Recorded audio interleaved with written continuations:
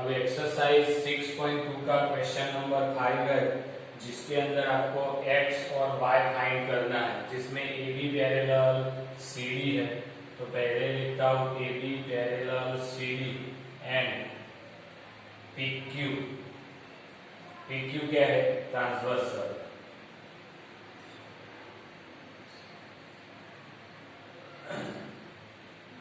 Transversal.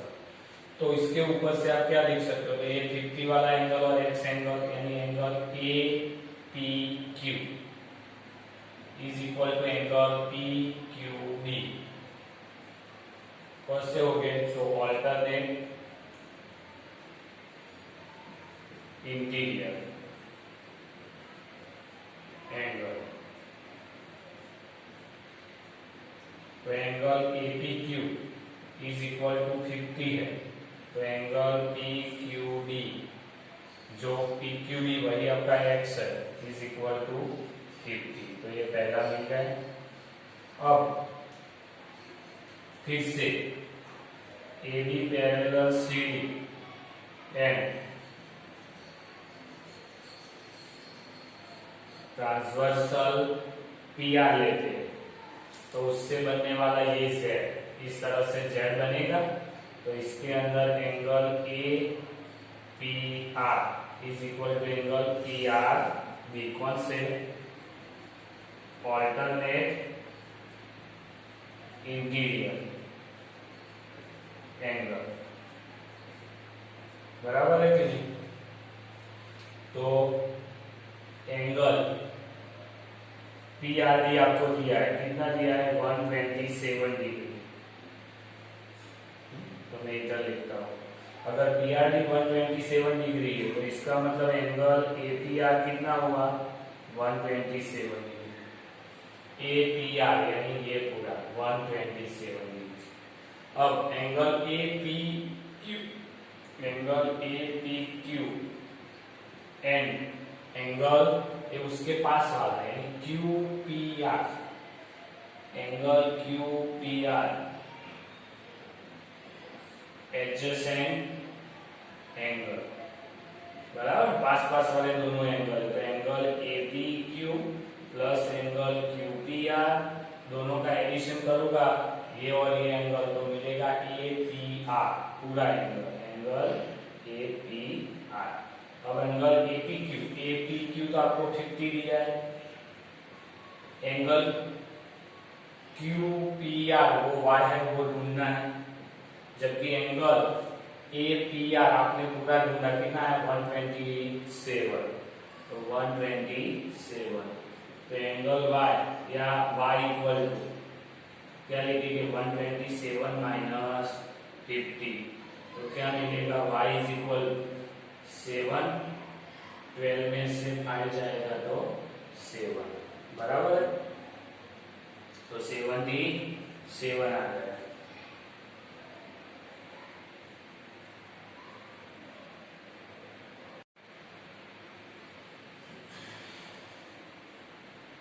अब 6.2 का question 6 है, जिसके अंदर दो पैरेलल प्लेट या ली है और एक रे है जो AB जो रिफ्लेक्ट होता है PQ प्लेन से, और वो कहाँ आता है? RS प्लेन से फिर से रिफ्लेक्ट होके आगे जाता है।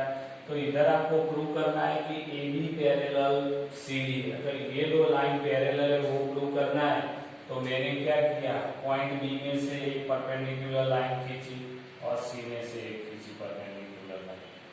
बराबर, ये इधर परपेंडिकुलर है, ये इधर परपेंडिकुलर है, और BE और CF हो गए। तो BE और CF परपेंडिकुलर है PQ और RS लाइन को। बराबर है? अब देखो, दूसरा है कि ये अगर प्लेन मिरर का फॉर्मूला, ये प्लेन मिरर है, ये प्लेन मिरर है, तो उसके अंदर angle of incidence is equal to angle of reflection होता है, यानी परपेंडिकुलर से ये angle of incidence equal to angle of reflection है, ये दोनों इक्वल रहते हैं रिफ्लेक्शन का सॉरी। तो ये दोनों एंगल कैसे रहते? यानी I is equal to R आप बोल सकते हैं, वो दोनों एंगल इक्वल रहते हैं। इस तरह से इधर भी दो एंगल इक्वल रहते हैं। बराबर है? और दूसरी बात, तो ये भी प्लेन लाइन है, तो ये और ये एंगल बनेगा z वाला। तो हम यूज करके पहले तो ये पूरा एंगल ये ढूंढेंगे कि ये एंगल और ये एंगल के बारे में ढूंढना है सब कुछ, बराबर। तो पहले तो ये दो एंगल इक्वल होते हैं ये फॉर्मूला से, तो इसका मतलब angle ABE is equal to angle EBC। इस तरह से इधर भी एंगल होते हैं, और दूसरा angle BCF is equal to angle FCD। कौन सी है? प्लेन मिरर थियरी से दोनों एंगल इक्वल हो गए और इनको हम इक्वेशन नंबर 1 में डाल देते हैं। अब देखो BE और CF ये पैरेलल लाइन है, उसका ये भी पैरेलल पोर्शन है, यानी BE और FCD कैसी रहेगी? पैरेलल लाइन है, BE पैरेलल CF, ये दोनों पैरेलल, और उसकी ट्रांसवर्सल लाइन कौन सी होती है?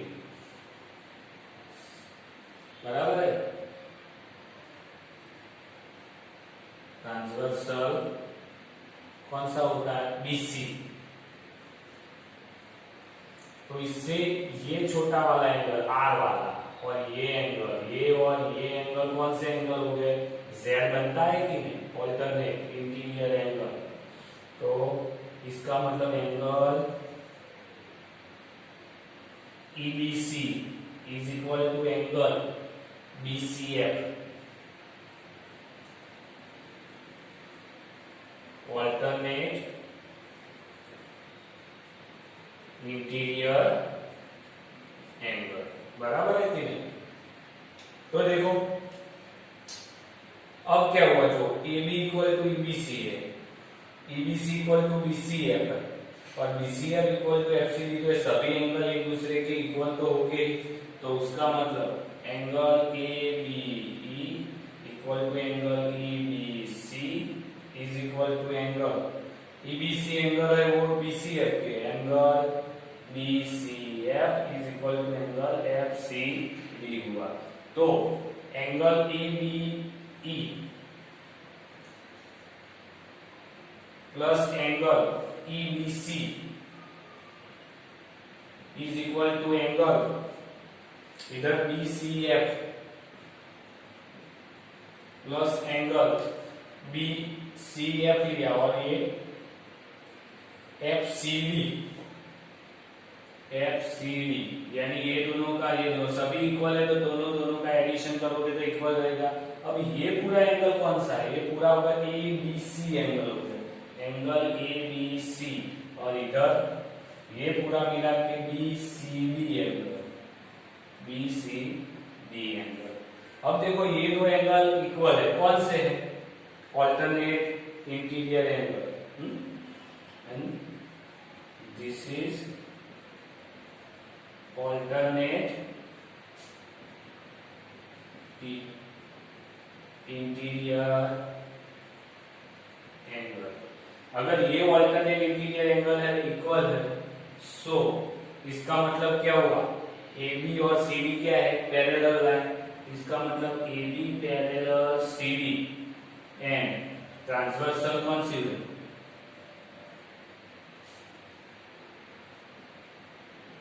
Transversal BC। तो आपको मिल गया AB पैरेलल CD। उसका मतलब ये AB और CD कैसी लाइन है?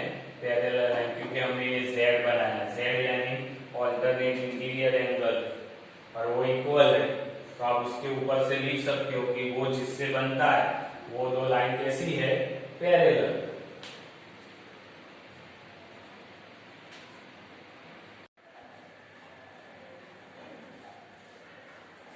अब हम आगे लिखने वाले हैं एक्सरसाइज 6.3, लेकिन उसके पहले कुछ थियरी है वो देख लेते हैं। जैसे कि हमने 3 एंगल के बारे में देखा, इंटीरियर एंगल बराबर वो पहला, दूसरा ऑल्टरनेट इंटीरियर एंगल और थर्ड था करस्पॉन्डिंग एंगल। उसके बाद आता है चौथी प्रॉपर्टी ट्राइंगल के लिए, कि sum of angle of triangle is 180। जो भी ट्राइंगल है उसके सभी इंटीरियर एंगल का एडिशन करोगे तो कितना होगा 180 डिग्री होगा।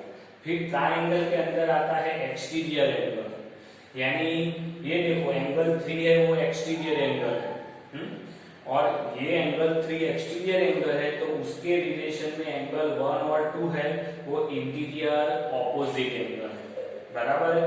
तो angle 3 is equal to angle 1 plus 2 होता है, यानी exterior angle is equal to sum of two interior opposite angle होता है। तो अब ये दो जो नई प्रॉपर्टी है 4 और 5 नंबर, इसका यूज करके हमको एक्सरसाइज 6.3 में आगे एग्जांपल गिनने हैं। तो इसके अंदर क्वेश्चन नंबर 1 है जिसके अंदर आपको ये एक्सटीरियर एंगल है, ये भी एक्सटीरियर एंगल है, ये मैंने इधर एक ही एक्सटीरियर एंगल बताया है। एक्चुअल में ट्रायंगल के अंदर इधर एक्सटीरियर एंगल बनता है तो इधर भी एक्सटीरियर एंगल बनता है, इधर भी एक्सटीरियर एंगल बनता है, इधर भी बनता है, एक इधर होता है और एक इधर होता है, यानी 1 2 3 4 5 6 एक्सटीरियर एंगल ट्रायंगल के अंदर बनते। हर एक वर्टेक्स है या पॉइंट वहां 2 एक्सटीरियर एंगल बनते हैं, बराबर है। तो इधर 2 एक्सटीरियर एंगल आपको दिए हुए, आपको एंगल पी आर क्यू ढूंढना है, पी आर क्यू यानी ये वाला एंगल ढूंढना है, ये वाला। तो पहले देखो अगर ये एक्सटीरियर एंगल है तो इसका मतलब ये दो इंटीरियर एंगल हो गए, अगर ये एक्सटीरियर एंगल है तो ये दो इंटीरियर एंगल हो गए। इसमें कॉमन एंगल की बात आती है तो वो लेते, तो इन ट्रायंगल PQR एंगल कौन सा है RPS, एंड दूसरा एंगल कौन सा है PQT, R कौन सा है एक्सटीरियर एंगल, बराबर, दोनों एक्सटीरियर एंगल। तो एंगल आरपीएस वो लिखूं तो उसके लिए इंटीरियर एंगल कौन से होंगे, इंटीरियर ऑपोजिट एंगल, ये वाला PQR प्लस एंगल PRS, इधर angle PQR and angle PRS are interior opposite angle, इस तरह से। तो आर, अब इसके अंदर से PRQ को भी रिलेशन में ले सकता हूं। आरपीएस आपको दिया हुआ है आरपीएस 135, तो 135 is equal to angle PQR plus angle PRS हो गया, बराबर। अब लेते हैं तो इसके अंदर से PQR उसको मैं कॉमन करके ले सकता हूं, तो 135 माइनस PRS भी होता है और वो वैल्यू हम इसके अंदर भी डाल सकते हैं। तो इधर मैं लिख सकता हूं angle PQR is equal to 135 minus angle PRS। अब देखो एक ही लाइन से ये वाला और ये वाला एंगल बनते, तो ये दोनों कौन से हो गए, लीनियर पेयर एंगल हो गए। तो angle PQT and angle PQR are linear pair angle. अगर लीनियर पेयर एंगल है तो angle PQT plus angle PQR is equal to 180 होगा, दोनों का एडिशन करके, बराबर है। अब इधर ही चलो मैं लिख देता हूं, तो इन दोनों में PQT तो कितना दिया है 110 plus angle PQR is equal to 180 degree, बराबर।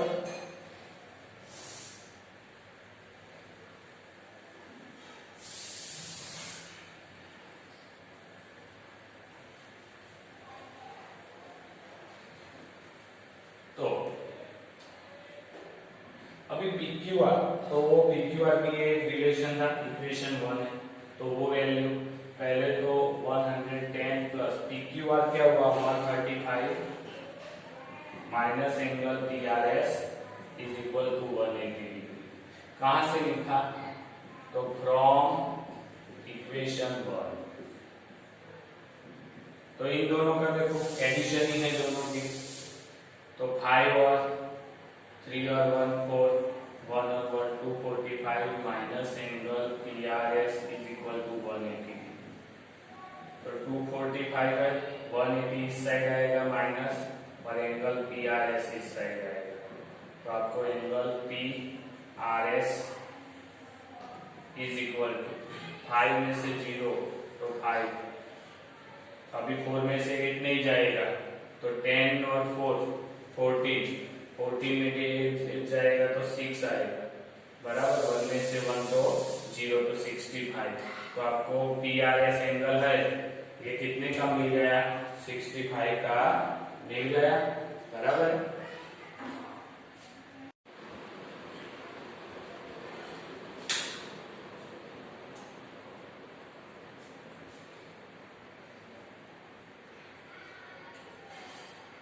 अब क्वेश्चन नंबर 2 है, जिसके अंदर आपको फाइंड करना है एंगल OZY, ये एंगल है OZY, यानी ये छोटा वाला एंगल। दूसरा आपको फाइंड करना है एंगल YOZ, ये भी एंगल फाइंड करना है, ये दो एंगल फाइंड करने हैं, बराबर है। आपको x एंगल दिया हुआ है, ये पूरा XYZ एंगल दिया है 54, बराबर।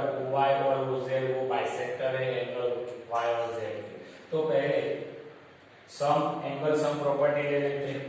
तो in triangle XYZ angle X, capital X है, sorry, angle X plus angle XYZ plus angle XZY is equal to 180 degree, बराबर। क्या है? थ्योरम 6.7 भी लिख सकते हैं, हाँ, कि ट्राइंगल के सभी एंगल का एडिशन, यानी 6.7 थ्योरम की बात, थ्योरम। तो एंगल x कितना है 62, एंगल XYZ 54, तो एंगल XZY मिलेगा 180। तो ये कितना है 4 और 2 6, 6 और 5 11 plus angle XZY is equal to 180। तो angle XZY is equal to 180 minus 116। तो angle XZY is equal to 180 में से 60, तो 10 में से 6 जाएगा तो 4, बराबर है। 70 में से 1 जाएगा ना, तो आएगा 6, बराबर। तो 64 का एंगल आ गया आपका, ये पूरा एंगल 64। इधर भी ये पूरा एंगल की बात है, मैं इधर थोड़ा बड़ा सा करता हूँ, ये 54। अब क्या बोला है कि OY और OZ वो बाइसेक्टर है एंगल Y और Z। तो ray OY and OZ are bisect angle Y and Z, बराबर। बाइसेक्टर है यानी उसका आधा हो गया, यानी इसका मतलब क्या हुआ कि angle OYZ is equal to 1/2 angle XYZ होगा। तो 54 डिवाइड बाय 2 आएगा, यानी 2 2 जा 4 और 70, बराबर है। तो आपको एंगल OYZ मिल गया। अब दूसरा इस तरह से इधर भी लेते हैं OZY, तो angle OZY is equal to 1/2 angle पूरा XZY। तो 64 लिया था ना, वो 64 आया था, डिवाइड बाय 2 यानी 3 2 32। कौन सा एंगल OZY। तो आपको क्या क्या ढूंढना था, OZY, तो वो मिल गया आपको। YOZ ये ढूंढना है, तो इधर भी ट्राइंगल बनता है ना, तो in triangle OYZ O Y Z plus angle O Z Y plus angle ये वाला Y O Z is equal to 180। कौन सा थियरम? 6.7 angle sum property of triangle की। ओ वाई जेड कितना है? O Y Z 27 32 plus angle Y O Z is equal to 180।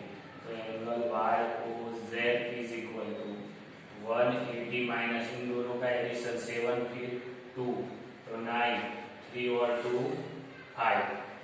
तो angle Y O Z is equal to 9 10 में से तो 1 बराबर है और 7 में से 5 जाएगा तो 2 1 121। तो एंगल वाई ओ